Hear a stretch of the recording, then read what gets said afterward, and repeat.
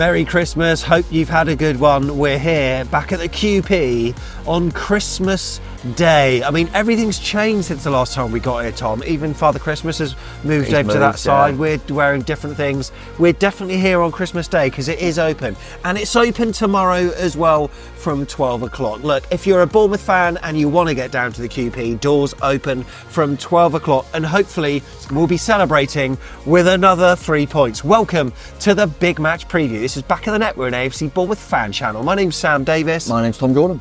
And we know that it's going to be difficult against Palace. We're going to talk about them later, but what we want to do first is talk about the last time we played them at Dean Court, and we got all 3 points then.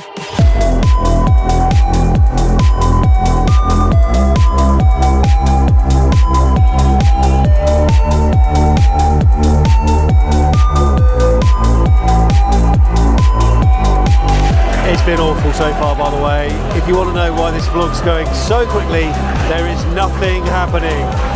What? Oh! That was close, man. That was close.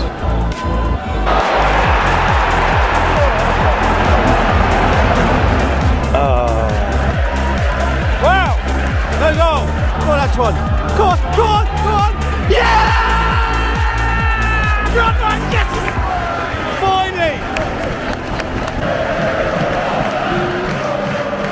Get in. Right, I need a wee and then fan cams. Tom, one of two teams that we got the double over last season. Yes. Burnley were one of them and Palace they were another. Who scored in that game at home? That was Justin Kluivert. And away? Kiefer Moore definitely got the last one. Yeah. Was it Senesi? Senesi, yeah. I think it was a Luis Sinisterra flick. Yeah, that's right. And Kiefer scored there. Senesi stealing in. And look, Bournemouth Didn't concede a goal to him. No, that's right. Yeah, very impressive. We're on a roll right now. And look, they're not in a bad They were on a good run until the Arsenal game. Yeah. I think they'd won, or they were unbeaten in 4 or something before they played Arsenal. And to be fair, I mean, I'm sure we'll go on to it, but I watched the Arsenal game and the scoreline makes it look like it was a big difference. But really, when it was 2-1, Palace had chances. Arsenal were just very clinical, but Palace didn't play bad in that game and they were without a few that are going to be back for this one. So I don't think it'll be an easy game at all. Let's check out the league table then. Palace at the moment, 16 points in 16th place. They've played 17 games, of course, 2 more to go, and then we do the whole thing all over again. Of course, we know who their manager is, and he finished last season incredibly well. And I think that maybe moulded some of our opinions to suggest that, you know what, they're going to be all right this season. They're going to be fine. And it didn't really start out like that for them, though, did it? It was a bit of a rude awakening for his first full season in the Premier League. Yeah, definitely. And I think what you noticed quite quickly was how big a loss Elise was going to be, who's ripping it up at Bayern Munich, so he obviously is a bloody good player. And yeah, he was definitely a loss and they were maybe feeling that a little bit.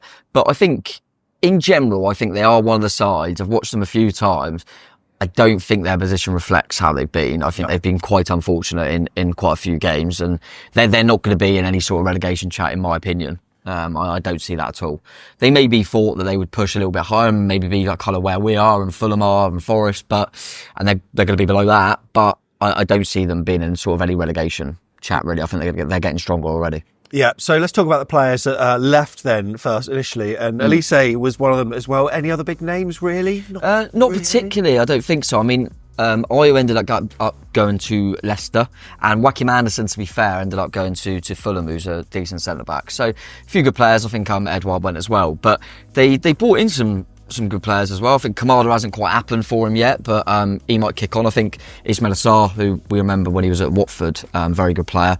They signed Chalobah from Chelsea, who's good, and Lacroix as well. But they signed Eddie Nketiah, who was one that we were linked with. Yeah, well, we were. I'm kind of happy we got Evan Olsen, but I do see, even though it's early days for him, I'm sure he'll get better. I do kind of see why he was one on our list because of the way he presses, and I think he'll come good for them.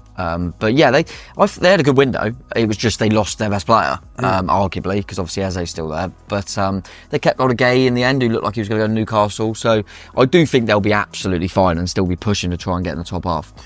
Of course, I think Crystal Palace fans will probably maybe relate to AFC Bournemouth's start of the season last season, where we obviously didn't win in the first 9 games, and they had a tricky start to this season, but they knew that they were going somewhere with Glasner, and he's shown that he can turn it around. And I do think they're on a good trajectory with this guy. I mean, I think he saw his side have a really good finish last season, of course, as we know. They won 3, then drew a game, and then won 3 more games, including in their last home game, beating 4th placed Aston Villa 5-0. And they finished like 10th, they finished above us. They finished in 10th place, didn't they? Yeah, they were really good. Which was absolutely madness. But what's their true potential? Because every season I'm sort of predicting where they're going to finish. And to me, they're the archetypal mid-table 12th to 17th type team. They feel like they feel like that every season. They're never going to go down, but you never feel like they've got enough to get into Europe either.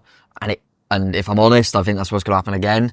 I think they'll be in them sort of positions, but I think they've got a coach now and some younger players that maybe and they'll be looking at, as I've already mentioned, they'll be looking at teams like ourselves and Fulham and Forest and going, why can't we do it next year? And maybe I think they're in a place where they're going that way rather than that way. I know that seems silly because they're 16th. But slowly but surely, mate. Yeah, I think they've got, put it this way, I think they'll be fine this year. And I think they've got more chance of sneaking Europe than going down next year.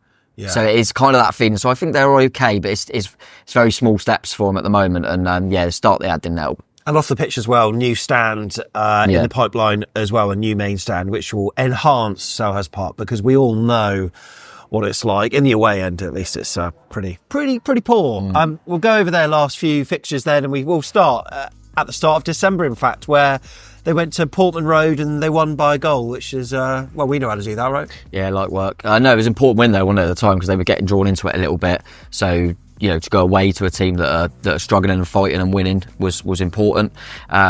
They only drew with City, which is disappointing.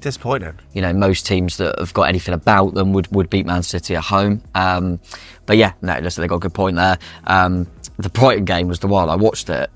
I think we were chatting during it actually, because it was an early game. I can't remember. It was like a 12 o'clock, 12:30 or something. And I remember watching it and going into the game just thinking Brighton have well too much with Palace, and Palace were miles better than Brighton in all areas really of the Brighton pitch. Had a lot of the ball, but they didn't do anything with it. Yeah, and Palace I felt were very clever in that game, and literally just let Brighton have it, and said that they'll kind of lull them in a bit and just kill them on the counter, and they did that every time, and they were resolute as well defensively.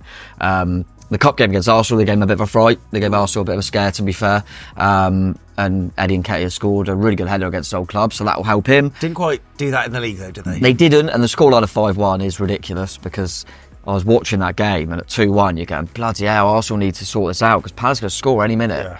But then as soon as Arsenal got that third, it was one of them things where it was like, it's done now. And then Arsenal, were clinical at the end. But they didn't look bad in that game, I didn't think. And they will cause teams problems. And as I mentioned, that was without Eze, who's still probably their most talented footballer, without their right wing back Munoz as well. So they've done really well to give Arsenal a lot of scares. They just, unfortunately for them, there was a few good finishes from Arsenal in the second half, and it made the scoreline look a pretty bad one. Let's check out our head-to-head then over the seasons. Look, it's a smorgasbord of W's and L's and D's that you can see on screen. In our home league games against Palace, AFC Bournemouth have won 23, drawn 10, lost 6. In all competitions, we've won 31, drawn 20, lost 28. So we've got a slight nose over them, which is very rare in the Prem for us, isn't it, to have an edge on the team. But I thought it would be quite close. Even in recent years, as you said, last season we done the double on them, and I've had some good ones at Cellar. So I even remember, I think it was our first Prem season in the pink. Yeah. Phobie winner. Pew and Phobie. Yeah, we've had some good ones there. But equally, I remember we lost there when they had 10 men for the whole game. Yeah. We lost to them. I remember under O'Neill, they beat us 2-0. I think it was an Eze double, and we were. I don't think we had a shot on target. No.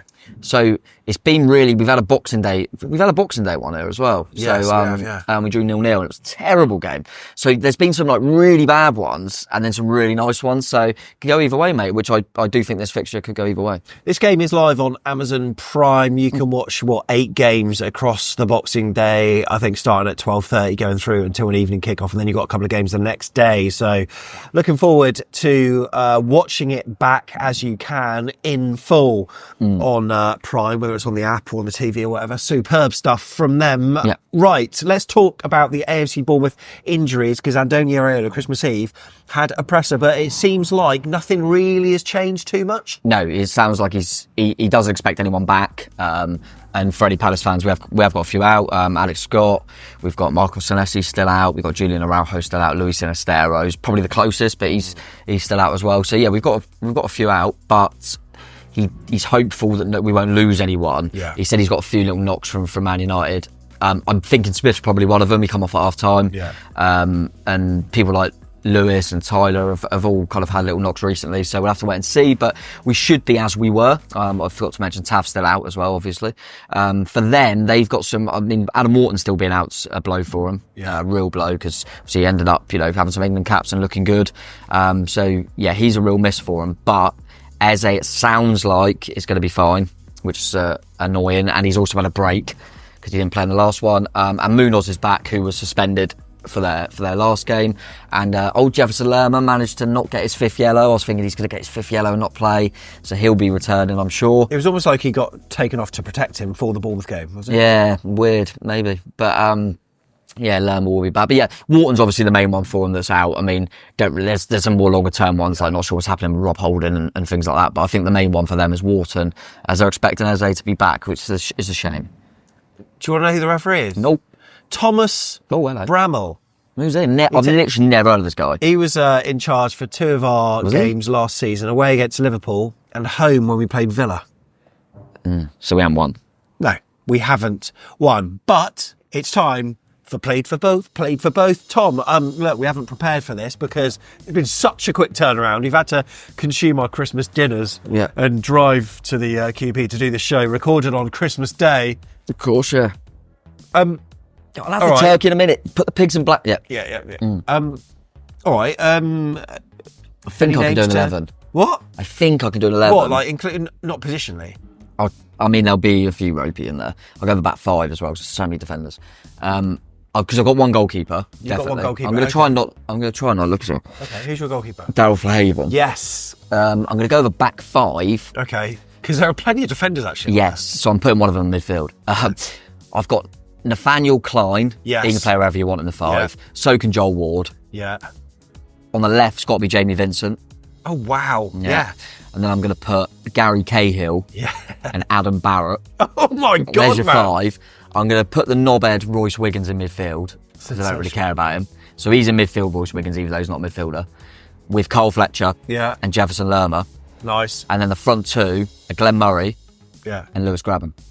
That is absolutely super. Have I missed anyone that you can think of? Or let me know if you can in the chat. I can't think of anyone. I'm just having a quick look through just to see. Ian Cox. Oh, Coxie. Right, Wiggins out, Cox centre mid. Yeah, who else? Else? There might be some that played when they were younger, maybe. Yeah, and some. But it's quite recent ones, isn't there, apart from Vince? Oh, Charlie Sheringham. What did he play for? He might have come through there, actually. No, he didn't, did he? Did he? He might have done. He did. Yeah, no, he did. Yeah, he played. Well, he was involved in Crystal Palace, Baltimore. What? With the NNA. He was on loan to Crystal Palace, Baltimore from Palace. That is absolutely obscene. Who the hell are they?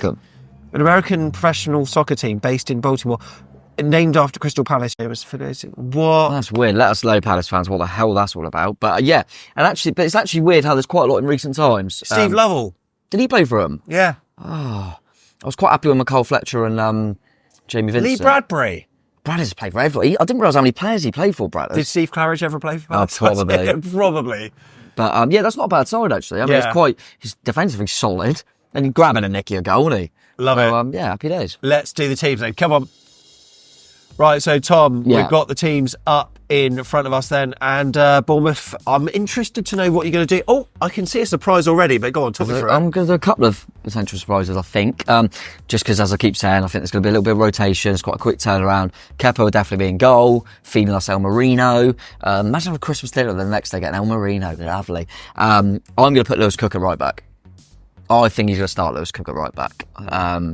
He's been doing well, and I said to you off air, last season, the weirdest thing ever, probably, was Palace at home. We started Lewis Cook at centre-back against Palace at home, and everyone was like... I completely forgot that. And it was because he just followed... I was in the East stand for that with two. He followed he followed Eze everywhere. And I think they're going to play Eze kind of just off that left pocket, let Cookie do it again, try and follow him around. It was quite a drab game, but Kluivert scored like sort of towards the end of the second half. Yeah, it wasn't the best game. But yeah, I'm going to stick with Cookie, going to play it right back. Zabani and Houghton will obviously be the centre-backs and Kirk is the left-back. So it means I'm going to play Adams and Christie as the two in the middle. I think there's got to be some sort of rotation. So because of how good we know Dango could be off the bench, I'm going to leave him out. He played the full game as well. Yeah. So I'm going to bring Brooksy in for a start on the right. I want to see him hit the ground running. Yeah, I thought he did all right. Get off the bench. Put Semenyo on the left. Kluivert in the 10 and Evan Nilsson up top. So no Billing to start or anything? No, I saw. I don't know if I'm reading too much into it. Did you see his Instagram? Oh God, what's he put now? No, it was only a picture, and okay. but it had a little timer emoji, which some people are suggesting, he's putting a timer on because it's going to start his first game. Yeah. I think it's more he's put a timer on for when he's leaving because it's nearly January. That's just my opinion. Why do players do that? I don't know, but yeah, no, I'm just going to go for Brooksy this time actually, just because I don't think he's going to move Kluivert to wide against these lot because he caused some problems in that 10. And I think we'll let Lerma try and deal with him. All right, Palace then. They'll go for the back three for sure. Henderson will be in goal, good goalkeeper by the way. I think Chalobah is available to come back in, so he'll come in for. I think they played Richards there, but I think they'll bring Chalobah, Lacroix, and Gehi, which is a good back three by the way. Munoz will definitely come back in and play right wing back. Mitch will be left wing back. Will Hughes will probably partner Lerma again. And I'm going to go Ismail Assar and Eberici Eze behind. I'm just going to go Mateta over Nketiah. But that's one that they do feel like they've got two strikers that they can rotate. But I think they're going to go Mateta. He's just announced he's signed a new deal for him as well. So I think they'll probably stick with him for this one. What are your predictions? What are they? Let us know in the comments. Whilst you're typing, I'll let Tom talk you through his. Tom, what are you thinking? Because I remember you saying, we'll win at Old Trafford, but it's not going to be as easy against Palace. Yeah, I said we'll definitely win at Old Trafford, and I was correct. And I said Palace will be much harder than Man United, which everyone laughed at. I think you're right. They will. I think this will be a draw. I think Palace are better away than they are at home this season. I think they will. We like letting teams have the ball. And I don't think Palace will do that. They'll try and give us it, and we'll have to try We don't want that. Yeah, and I think it'll be a little bit more like that. And I think they've got a very good counter-attacking threat with Sarez and Mateta. So I think it's going to be a difficult one, but I always think we've got a goal in us. So I'm going to go for a 1-1 draw, mate. But obviously, I think they're a good side. I think they could beat us, but I also think if we're proper on it, we could have too much for them as well. I think it's one of them games. Anything can happen, but I'm going to stick to my initial, which was I said that we'll beat United, but we would draw with Palace. What about you? Well, I'm using some stats for this, stats from Vitals, and taking a look at the last 4 games, checking into their form and making an astute and a calculated prediction good form, rather mate. than just plucking it out of his They've head. got good form. Apart from Arsenal, they're in bloody good form. Yeah, they are. Of course, taking a look at the last 4 games, they were 2 home matches, of course, Man City and Arsenal, and 2 away, Ipswich and Brighton. Won both their aways. Exactly. Palace gained 7 points, with each result tallying with the XG. I've also been taking a look at the average positions, thanks to Matt at Vitals. And you can see the starting lineups for the last 4. Whilst the games have been difficult, Palace appear to not be an attacking side, preferring to counter-attack, like you just said there. It's just, it feels like the games that, a lot of the games that we've struggled in has been that sort of team. I think there's going to be a goal in it. If so, I think Bournemouth are going to win 1-0. Okay. I think we can just shade it. They have got an attacking threat. Oh, sorry. Father Christmas, what are you going for? No, not him again. Shit. What did you say? He's going for 2-1 Bournemouth. Oh, fair play. Fair play, but yeah, fair play. Why is he still awake? Yeah, I don't know. Yeah, I don't know what he's doing. Jesus Christ. But yeah, He's knackered. No, I'm backing that. I mean, he went for 3-1 against United, didn't he, Alexander? So, again, he doesn't believe in the El Marino, but you do. I like that. I like that you believe in the El Marino. I do. Look. We can nick this. We can nick definitely The QP is the place to be I'll be for here, this mate. one. Really looking forward to it. Looking forward to seeing Kieran again. He was absolutely static one day after that. Yeah, it was good. Win at Old Trafford. No So one's going pleased to be... Well, QP, Boxing Day, no one will be here before... Maybe the bar staff. No one's going to be here before me and Kieran, all right? All right. So if you beat me and Kieran in, I'll say well done. Yeah, and you can buy him a pint. No, I was just about to say that. I've never happened. Up the Cherries. We'll see you at Dean Court tomorrow, today, yesterday, whenever. I can't, what day Merry is it? Christmas, by the way. Merry Christmas. I hadn't sent it to you yet. Oh, dear. Right, should we get out of it now? Been here for 2 days.